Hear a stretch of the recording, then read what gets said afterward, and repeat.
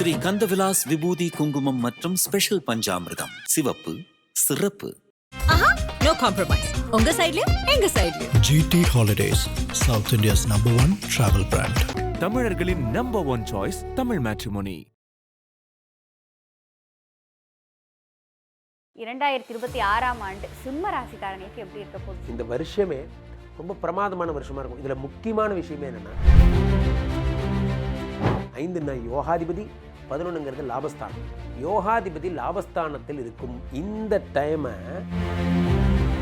முயற்சியில் வெற்றியடைவனா, அப்போ நீங்கள் என்ன முயற்சி பண்ணாலும் வெற்றியடைவீங்க. ஆமாம், பித்ரு தோஷம்னு சொல்கிறாங்க, அது சொல்கிறாங்க, இதை சொல்கிறாங்க, எதை வேணால் சொல்லிட்டு போகும். குரு பார்த்தாச்சு.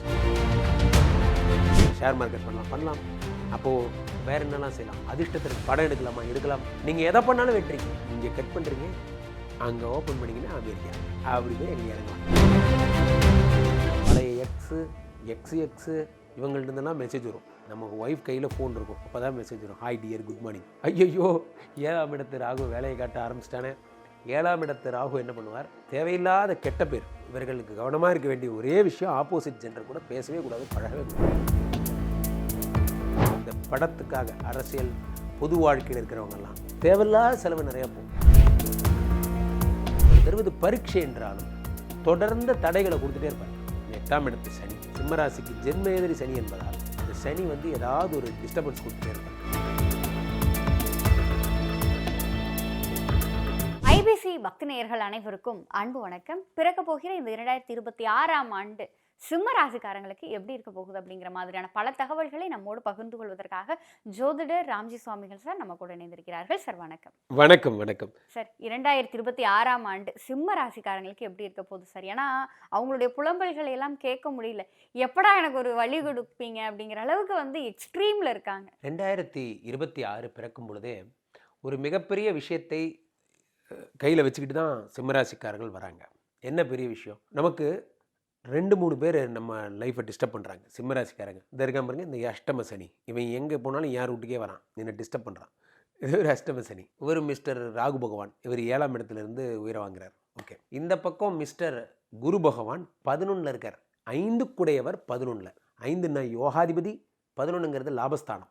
யோகாதிபதி லாபஸ்தானத்தில் இருக்கும் இந்த டைமை கரெக்டாக யூட்டிலைஸ் பண்ணிங்கன்னா இந்த ஜூனுக்குள்ளே நீங்கள் ஒரு ஒரு ஹைட்டுக்கு வந்துடுவீங்க.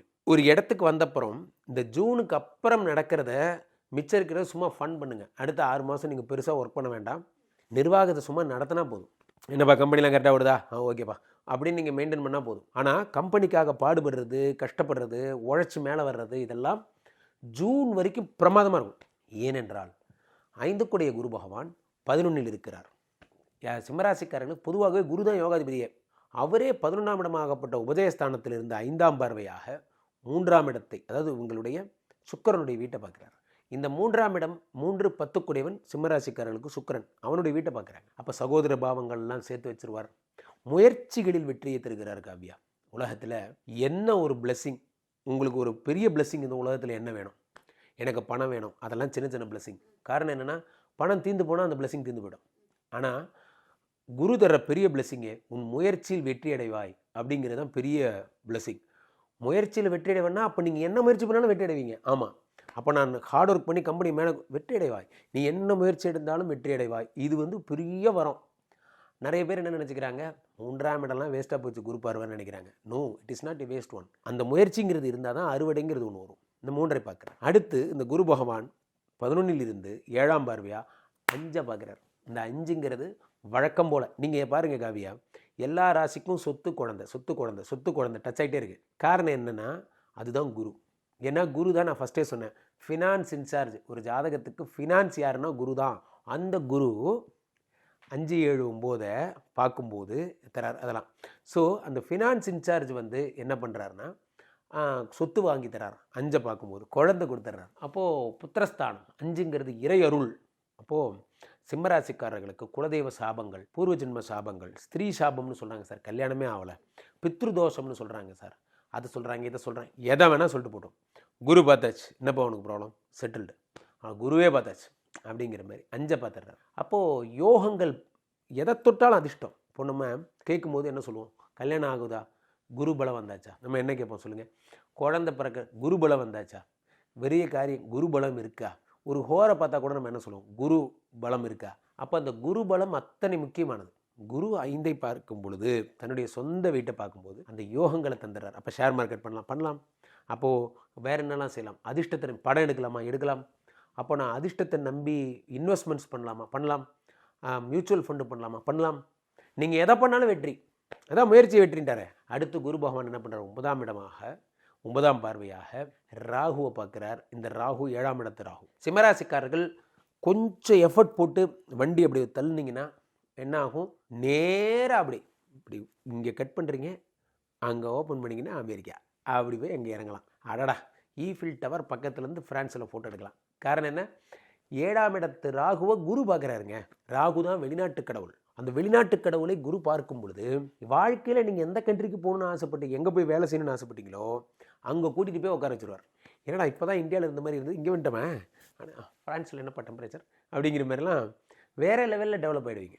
காரணம் என்ன? யாராவது கேட்கும் போது கூட உங்கள் பையன் எங்கே இருக்கான்? என் பையன் இப்போ தான் ஃப்ரான்ஸுக்கு போயிருக்கான் அப்படிங்கிற மாதிரி அந்த குடும்ப சூழலே மாறிடும். அப்போ நம்ம பசங்க எல்லாம் வந்து அங்கே வெளிநாட்டில் படிக்கக்கூடிய அதெல்லாம் ஏற்படும்.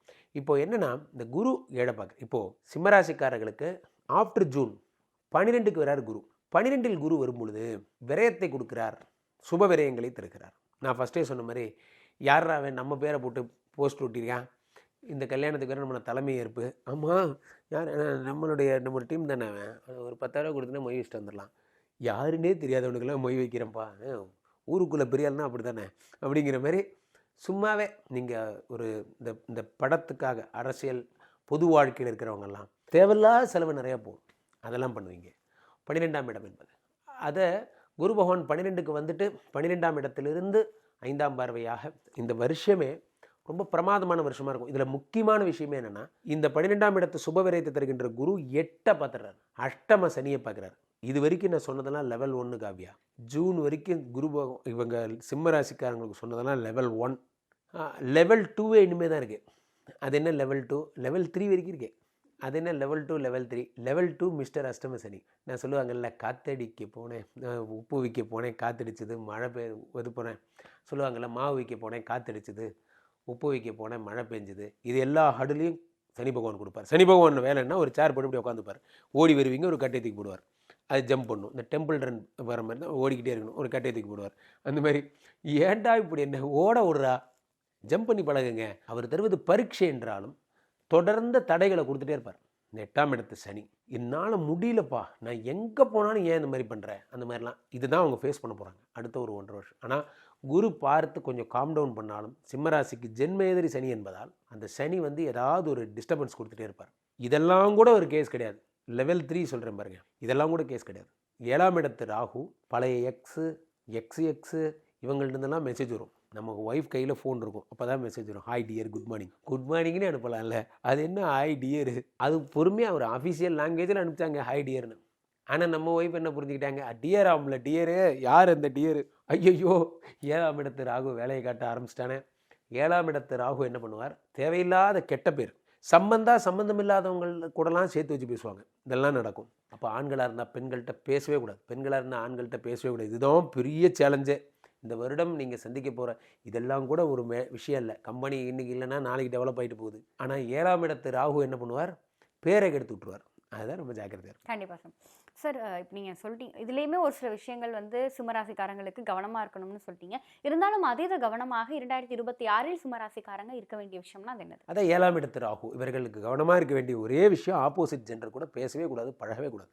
என்ன ஆனாலும் சரி, இவர்கள் அதுவும் வந்து ஒரே எம்ப்ளாயர் ஒரே கம்பெனியில் வேலை பார்க்குறவங்க ரொம்ப ஜாக்கிரதை. அஃபிஷியலாக பேசணும், அஃபிஷியலாக அதை நடந்துக்கணும். சரி, இந்த 2026 சிம்மராசிக்காரங்க நொந்து நூடுல்ஸ் ஆகிட்டோம், இதுக்கு மேலேயும் வேணாம், ஏதாவது ஒரு இறை வழிபாடு சொல்லுங்கள், நாங்கள் அதை இருக்க பிடிச்சி எங்கள் வாழ்க்கையில் மேலே வந்துக்கிறோம்னு சொன்னால் அது என்ன வழிபாடு? 2 பேர் சொல்லணும். இவர்களுக்கு ஒரு ஸ்டெராய்டு பத்தாது, இவர்களுக்கு ஒரு விட்டமின், ஒரு என்ன சொல்கிறது, ஆன்டிபயாட்டிக், அந்த மாதிரி 2-3 மாத்திரை எடுத்துக்கணும். அந்த மாதிரி இந்த பக்கம் அஷ்டம சனிக்கு சென்னையில் இருக்கிறவங்க பொழிச்சலூர் பக்கத்தில் இருக்கிற அகத்தீஸ்வரர் கோயிலுக்கு போங்க, அல்லது திருநள்ளாறு போங்க, சனியையும் பார்க்கணும்.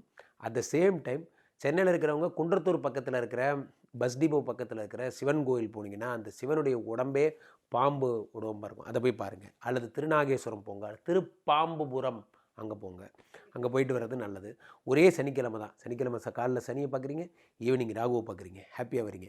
ஸோ வீக்கெண்டில் வேறு எதுவும் பிளான் பண்ணாதீங்க. சனிக்கிழமை சனி டே அல்லது ராகு டே அப்படின்னு மட்டும் வச்சுக்கோங்க. சார் 2026ஆம் ஆண்டிற்கு பலன்கள் அடிப்படையில் சிம்மராசிக்காரங்களுக்கு எவ்வளோ மார்க்? 85 மார்க் கொடுக்கலாம். ஸோ சிம்மராசிக்காரங்களுக்கான 2026ஆம் ஆண்டிற்கான பலன்களை எங்களோடும் எங்கள் நேயர்களோடும் பகிர்ந்து கொண்டதற்கு நன்றி. நன்றி. அவர் கொடியோனே முருகா நீயும் வர வேணும், எம்மை தேடி வர வேணும், முருகா வரம் தர வேணும். அவர் கொடியோனே முருகா நீயும் வர வேணும், எம்மை தேடி வர வேணும், முருகா வரம் தர வேணும். ஸ்ரீ கந்தவிலாஸ் விபூதி குங்குமம் மற்றும் ஸ்பெஷல் பஞ்சாமிர்தம். சிவப்பு, சிறப்பு.